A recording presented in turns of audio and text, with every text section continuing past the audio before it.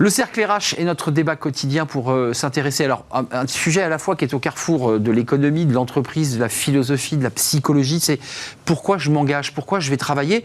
Et évidemment versus pourquoi je me désengage, pourquoi je n'ai plus envie d'aller travailler ou de donner à mon entreprise. Ça, c'est le sujet central qui traverse évidemment les entreprises. On en parle avec mes invités. Je ne sais pas si on va résoudre le sujet, mais en tout cas, on va le poser sur la table.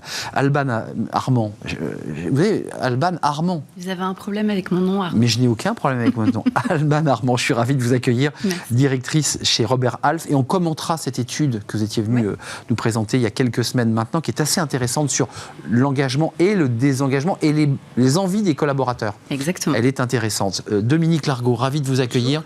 Vous êtes la déléguée régionale Île-de-France pour l'APEC. On parlera de ces cadres, de leur envie de renverser la table, mais ils en ont plus envie qu'ils ne le font, si j'ai bien compris. Oui, c'est plutôt ça. Ils en rêvent, mais ils ne le font pas. Oui. Et avec nous, Marc Landré, ravi de vous accueillir, Marc, associé chez SIA Partners, avec beaucoup de vos équipes qui sont venues dans nos émissions, et c'était passionnant. Juste pour qu'on soit d'accord sur le sujet dont on va parler, est-ce que poser le problème sur pourquoi vais-je travailler vous semble être la bonne thématique du moment? C'est-à-dire le nouveau rapport que l'on entretient au travail. Est-ce que ce rapport a changé, pour ne pas dire a explosé, Alban? Ah oui, alors je pense que c'est le bon angle, effectivement. Il y a le sujet de ce que veulent les candidats et ce qu'ils ne veulent plus aujourd'hui, et puis corrélé à ce que les entreprises comprennent de ces messages. Et puis un deuxième sujet que vous avez déjà évoqué avec Dominique, qui est l'intention des candidats et puis la réalité aussi derrière. 62% ça c'est APEC, des entreprises recrutant des cadres ont révisé la rémunération à la hausse. Je donne la parole, mais Marc Landré, vous avez une vue un petit peu comme ça, un peu en hauteur de l'histoire du marché du travail. Restons modestes, mais vous connaissez ce sujet.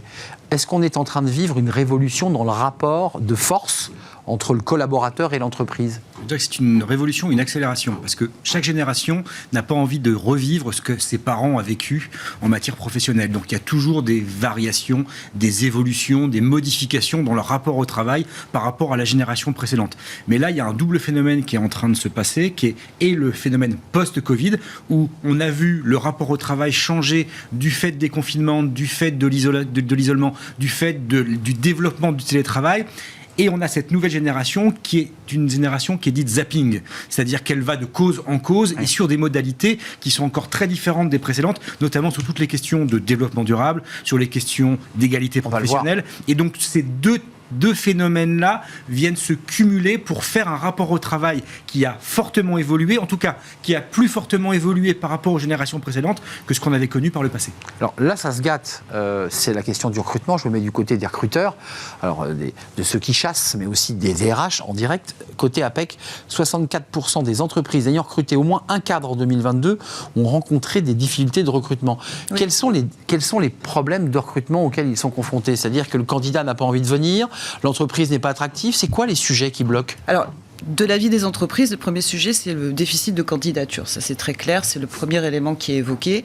Le deuxième, c'est celui de l'inadéquation des profils avec les postes proposés. Et donc, effectivement, les entreprises sont obligées de s'adapter, de faire des ajustements dans leur pratique de recrutement pour pouvoir avoir des candidats pour occuper leur poste. Reconnaissons que c'est une révolution. L'entreprise est obligée de se montrer sur son meilleur profil, faire des campagnes, aller sur les réseaux sociaux. Enfin, il y a 20 ans, mais le rapport de force est inversé. Mais totalement. C'est le salarié qui choisit l'entreprise dans laquelle il veut aller, alors qu'avant, quand on avait un marché du travail qui était nettement moins tendu, l'employeur avait l'embarras du choix et pouvait choisir parmi un certain nombre de salariés. Et ça, c'est une vraie révolution. C'est une vraie différence par rapport aux générations précédentes. Il y a même des entreprises, qui aujourd'hui font leur CV. C'est ça. C'est elles qui se vendent. C'est elles qui se vendent, absolument. Donc on a été créé en 2012, on a un bon chiffre d'affaires, en RSE on est top. On propose ça, tel service, parce qu'on parle effectivement, et on en parlera après, de la rémunération, qui reste un facteur important de choix. Quand même. Mais pas que. Avant, ça remportait tout. Maintenant, c'est l'autonomie dans le travail, c'est les capacités de progression de carrière, et c'est les services plus qu'on va être capable d'offrir aux salariés pour les attirer et ensuite les retenir. Mais vous, collectivement, et moi-même d'ailleurs, est-ce que vous avez le sentiment qu'on est en train de transformer le candidat en consommateur et que la relation qui s'installe, c'est un peu une relation de consommateur avec un produit, c'est-à-dire... Je ne sais pas si c'est consommateur, parce que quand on pose la question au cadre, par exemple, sur le lien qu'ils ont avec leur entreprise, et ça, je pense que c'est important que les entreprises l'aient en tête, ils sont 58% à dire que ce lien est plus affectif que contractuel. Donc en fait, c'est pas forcément un sujet de consommation, mais c'est un sujet d'attraction en fait et de séduction entre les candidats et les entreprises. Mais le lien du consommateur, excusez-moi, à une marque est souvent affectif. On a les souvenirs d'enfance, on aime un yaourt plutôt qu'un autre parce qu'on a des souvenirs. C'est un peu le rapport qu'on a avec sa boîte, non ? Mais avec une capacité de zapping qui est beaucoup plus importante forte que par les passés. Regardez, vous avez une étude américaine qui démontrait que aujourd'hui, la génération alpha est capable de quitter un job parce qu'il y a une politique dans l'entreprise qui ne lui plaît pas. C'est des choses qu'on ne connaissait pas avant, parce que quand on avait la peur du chômage ou qu'on n'avait pas la même relation au travail, on hésitait beaucoup plus avant de se lancer dans l'aventure, de quitter une entreprise pour aller retrouver un autre emploi. Et ça, c'est une révolution, c'est un changement fondamental dans le lien de subordination. On est d'accord. Dans la relation que les uns et les autres vont avoir avec la notion même de travail. Alban, vos études montrent aussi cela, non pas un désengagement, mais un rapport un peu distordu avec le travail. C'est pas une question que de désengagement. Alors, c'est pas une question que de désengagement. Je rejoins Marc, effectivement, sur le fait que la génération de nos parents est avant rentrée dans une structure pour y faire carrière jusqu'au bout. Dans un lien de subordination rigide. Très patriarcal, finalement, dans l'approche. Aujourd'hui, ce que demandent les candidats et les générations suivantes, c'est du collectif. Donc, la relation au management, elle n'est plus verticale comme on pouvait... Mais plus horizontale. Exactement. Management par projet. C'est management par projet, c'est le collectif, on se met autour d'une table, on est transparent et on va chercher les informations aussi, j'allais dire presque du bas vers le haut. En tout cas, voilà, tout le monde est corrélé dans un projet qui est commun. Juste un petit focus, vous l'avez évoqué, les crises environnementales, les sujets d'écologie pour tous les alumni qui sortent d'école, c'est le sujet de préoccupation numéro 1, sondage Ipsos. Il y a un sujet, je voudrais l'ouvrir, quand on interroge les cadres, et quand ils sont dans l'entreprise, ils vous disent, moi j'ai un besoin, alors je mets le mot amour, mais le vrai mot c'est le mot reconnaissance. J'ai besoin de reconnaissance. Est-ce que ça ressort aussi ? Oui. C'est-à-dire, c'est peut-être de dire, je viens dans une boîte, je me lève le matin pour y aller, mais je voudrais qu'on me rende quelque chose. Absolument. Alors, ça se traduit sous deux formes. Alors, il y a la reconnaissance salariale, évidemment, mais ces derniers temps, les entreprises ont fait beaucoup d'efforts sur le sujet. Mais il y a aussi la possibilité d'avoir une vision sur ses perspectives. Et ça, c'est vraiment important. Ça apparaît en deuxième point comme élément de fidélisation et de maintien dans l'entreprise, ou comme premier élément de départ de l'entreprise si on n'a pas de perspective. Évidemment, dans ce cadre-là, les TPE, PME sont un peu moins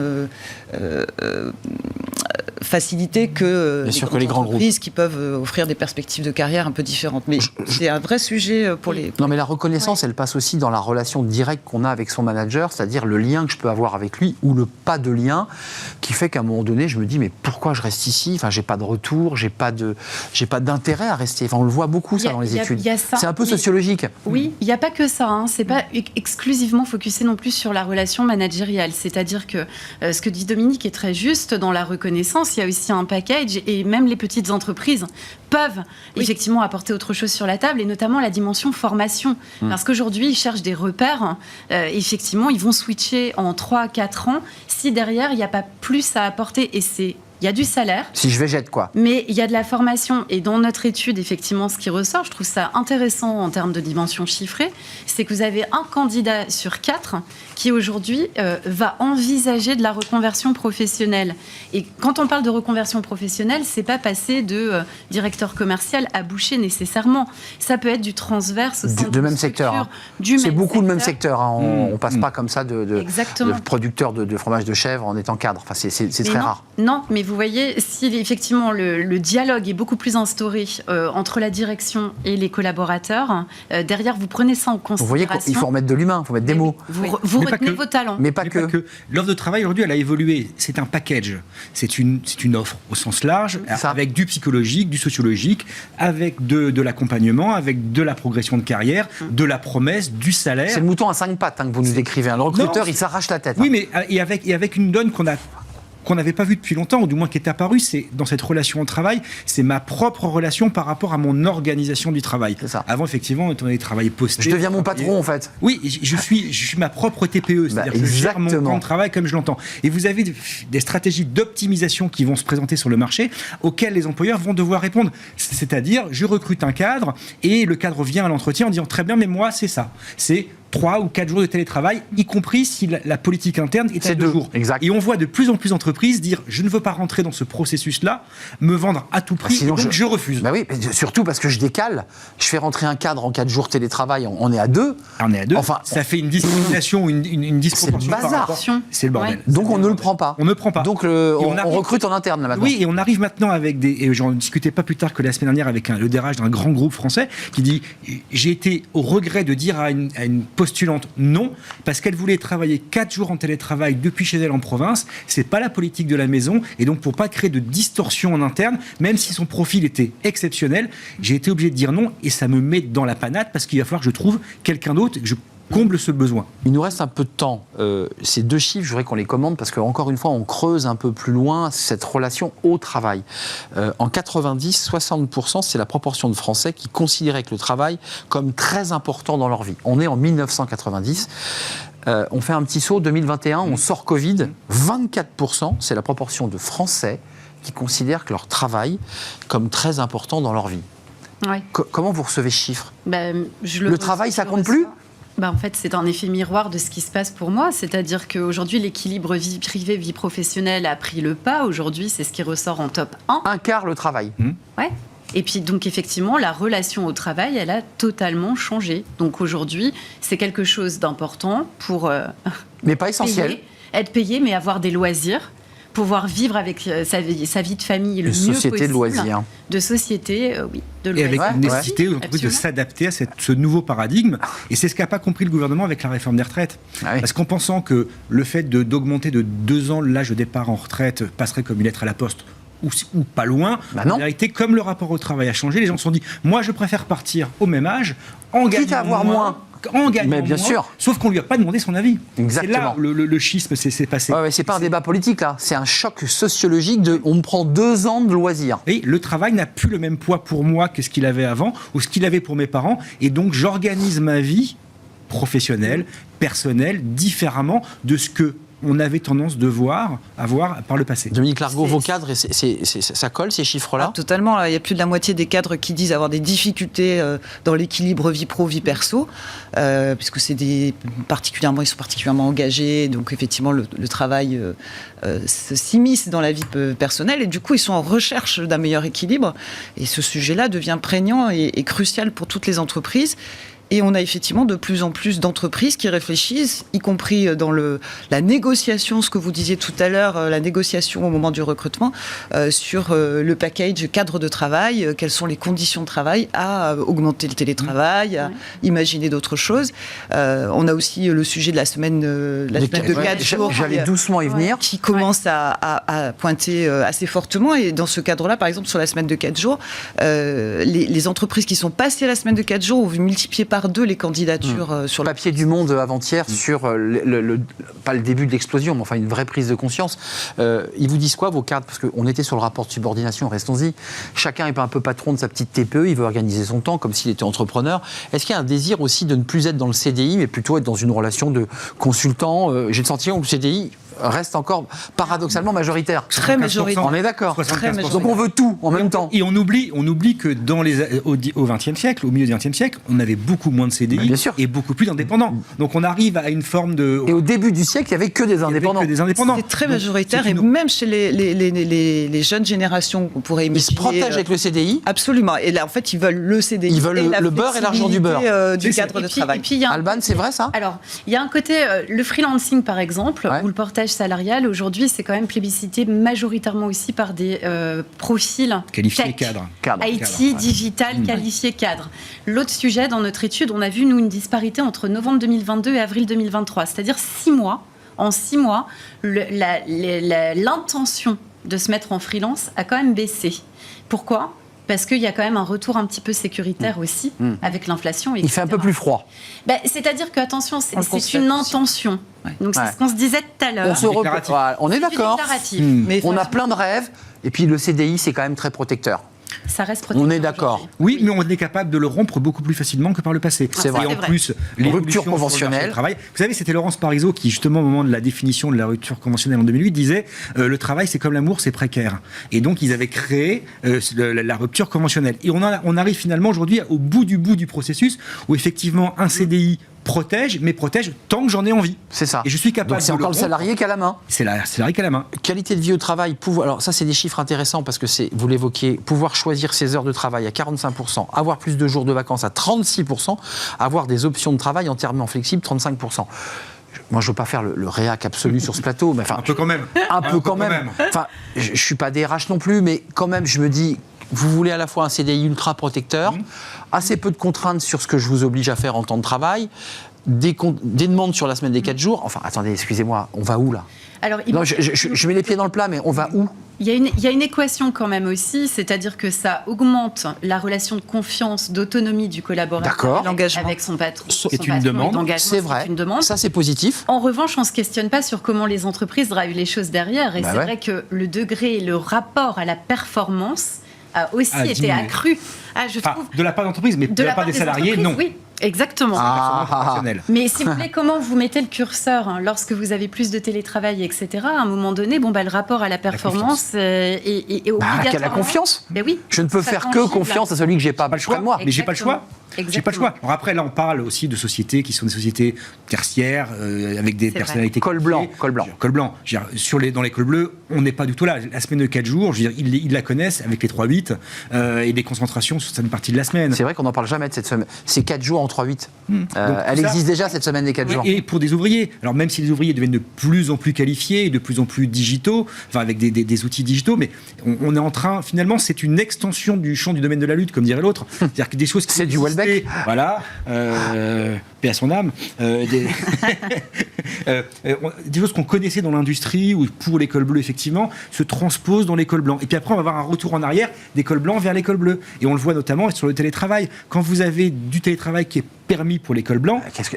Oui, et mais- les cols bleus, ils disent, mais nous, et nous, on peut pas. Donc, c'est pour ça que vous avez vient de la maintenant des frustration. possibilités de e-formation qui sont beaucoup plus développées C'est vrai. ou des logiques en horaire partagé, en horaire choisi pour leur permettre d'avoir cette flexibilité Ouais. qui est permise pour les cols blancs. une lutte des avec- classes sur la transformation du travail, parce que les gens qui Et de son mettent dans les... organisation. Eh oui, parce que ceux qui sont postés disent, mais moi, je peux pas faire du télétravail en servant un café.